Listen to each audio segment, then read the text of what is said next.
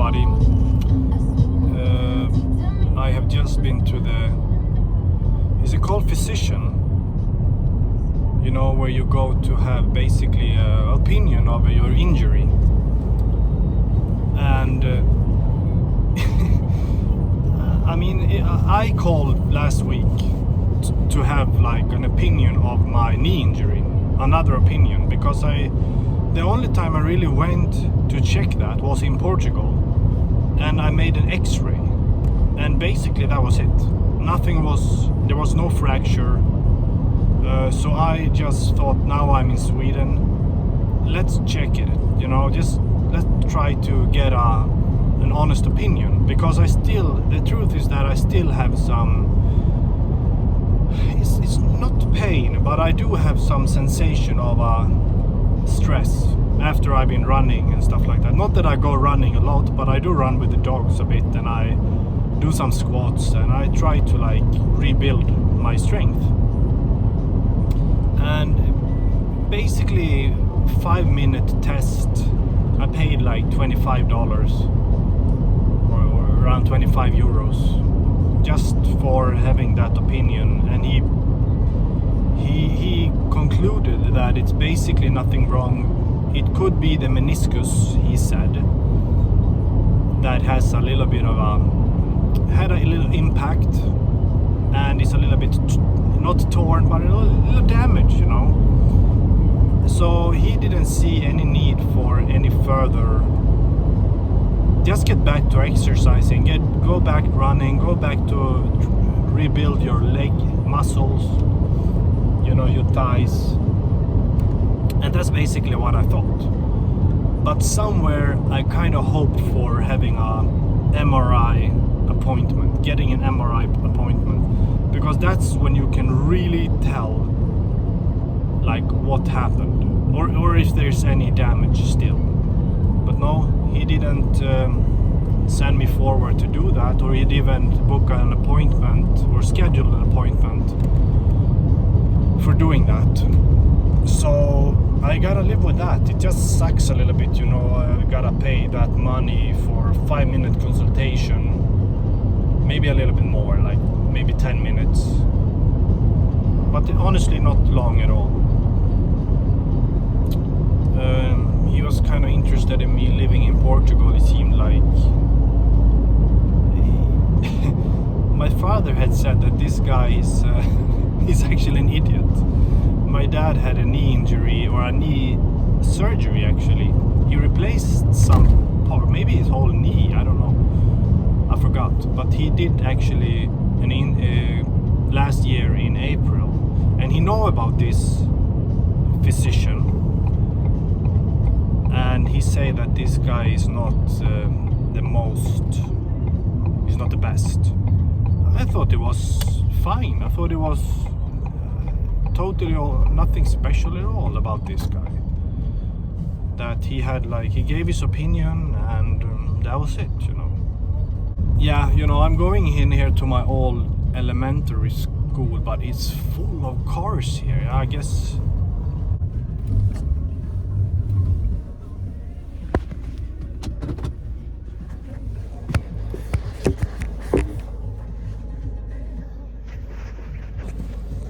So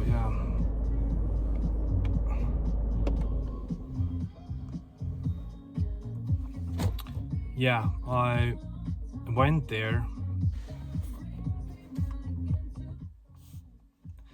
Sorry, but maybe you're gonna have some background music here.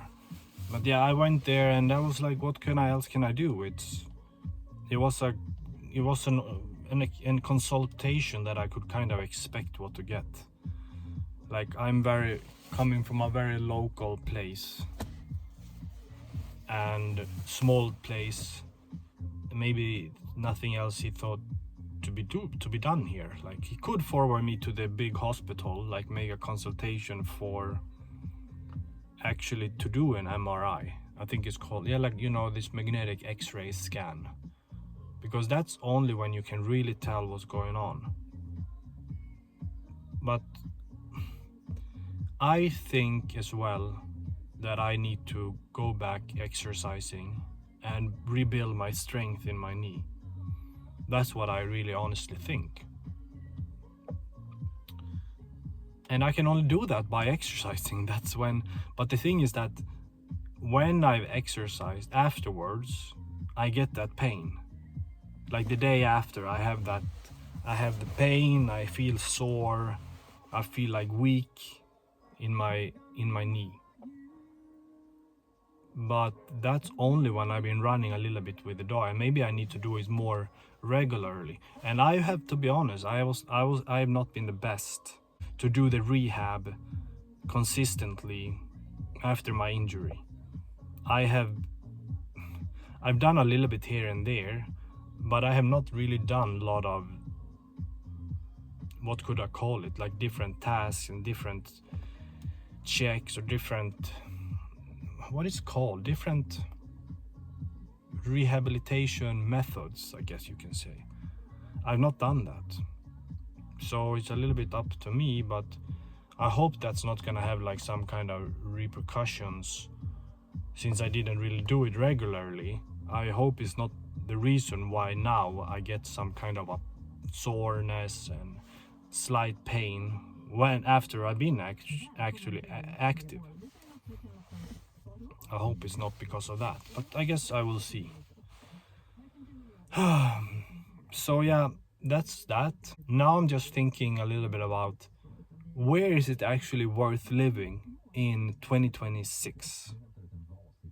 And like the real answer to that, the short answer, is that there is no real best place where to live. Because every country and every place, they have their own pros and cons, and call it whether it's about safety, it's about the quality of life there, the prices, what they offer, what the place offers. That's why I think sometimes right here where everything started, I'm outside of my elementary school here, and I've been here in some other videos also. Last time was in the summer, last summer in 2025, before I went back to Portugal. And this place is actually really, really great place to live. It's one of those places where it's very local. It's generally really, really safe. It's a place like, I know the place because I came from here. It's a place where I grew up. I know it by heart. And it's like very cozy, traditional. The only downside to it, I guess, is not really that much going on. But that also suits me, because this is obviously personal preference. Like, what do you want? If you come from a large town, city, like a metropolitan city, maybe you go to a smaller place and you just can't stand it. And I just see this guy come up here behind me. He probably went here to get his kid, and jumping into this large SUV Volvo, kind of like this car, but yeah, it's a Volvo. And that car must cost like $60,000, $70,000, $80,000, I don't know, depending on the series, but it is not cheap at all, that car, I can tell you that. That's the thing with a lot of people in Sweden. They have it's rich. It's very rich nation, obviously. But to begin with, it's a rich country. We don't need to get into all the details with why it's so rich and all that. But it's been traditionally, for the past 50 years or so, it's been so rich, and people have had so low interest rates take on debt. They could take on a large debt to buy like the traditional home, a large Volvo, and have 2, 3, maybe more children, and be able to pay off, maybe not even pay it off, I don't know, it depends what you're working with, obviously. Pay for a home, and go for trips, all of this stuff.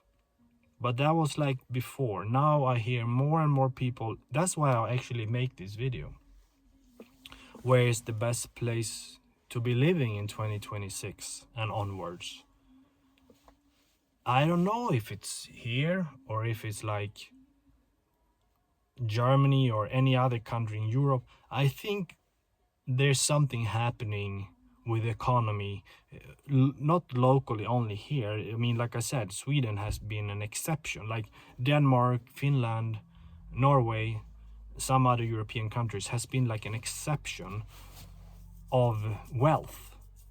And also, obviously, the political model, you can say the political socialist model, if you wish, you know, without getting too political here. But it's been a model that has been very, very important. We cannot deny that fact. That has contributed to a lot of welfare for the nation's citizens, inhabitants, and taking a share from the pie, basically, you know. But of course, the people that have become the most rich is like some politicians that have just had the most easy jobs, sitting in the same position their whole careers, didn't really change anything, signed a few papers here and there, and just been taking out these large salaries and had the greatest packages, retirement plans and whatnot. And also, of course, business leaders, of course. But I'm talking about the average person. The average person has, in general, in Sweden and in these Scandinavian countries and other parts of Europe, also some parts, been exceptionally wealthy and rewarded to be able to build a nice life. So that's what I mean. I mean, of course, I have one part of what I appreciate and what I think is where is the best place to be living is actually around here. But then again, I see how this country is going into ashes in a lot of ways. I see how hard-working people, hard business owners and hard employees and basically every position that has a part in the economy is just the government just steal their wealth, and you should just be satisfied with like 40% left of your salary or something like that, and then you're gonna pay taxes. And I mean, after all these taxes, maybe you have like 40% left. People think it's more, but it's actually not, because we have taxes on different things like the alcohol tax, the petrol tax, the fuel tax, the building a home tax, a renovation tax, tax on groceries. Obviously, you know, IVA, that's nothing unique from here, but it's still very high. And then already to begin with, you already have a high income tax. And if you are your own freelancer, to begin with, there's already so many extra social security fees and employment fees and different kind of taxes you have to pay just by being your own entity or your own freelancer, basically. So I guess most countries have that. I just feel the best place to live, I don't know where. I feel like so many people are talking about where can they escape, where can they go to have a better life. Because I understand people move cross borders. This is actually a part of my master's thesis about transnationalism. People do go to other places in search of a better life. And if you fill the criteria and the requirements to do so, why not? I did so. And I am going back to Portugal. That's just what I gotta do. Where else should I go?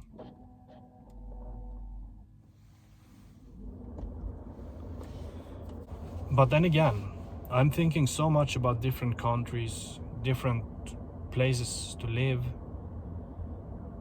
I just don't know where is the best place to live. I don't think there is a best place to live, because everything is changing so much and there are so many factors to weigh in when you're really looking for a place that could be for you.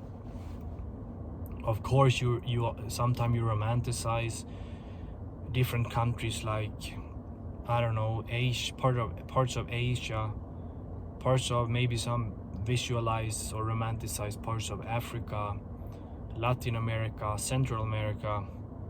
The truth is that I am so interested. I think I have the travel bug. I got bit by the travel bug quite some time ago, and I just probably feel so interested, and I am interested in a lot of different countries and different places to live.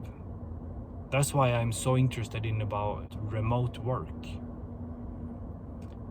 But when it comes to the answer, the place, I sincerely thought about Portugal, probably been one before, but right now it's so many people from wealthy countries going there that has caused a change, but the local economy cannot keep up, and that affects everything in the country. So yeah, it's a difficult question to answer, but it's something that me and probably a lot of other people are thinking about. I know that for a fact. Thank you for listening. See you in the next one.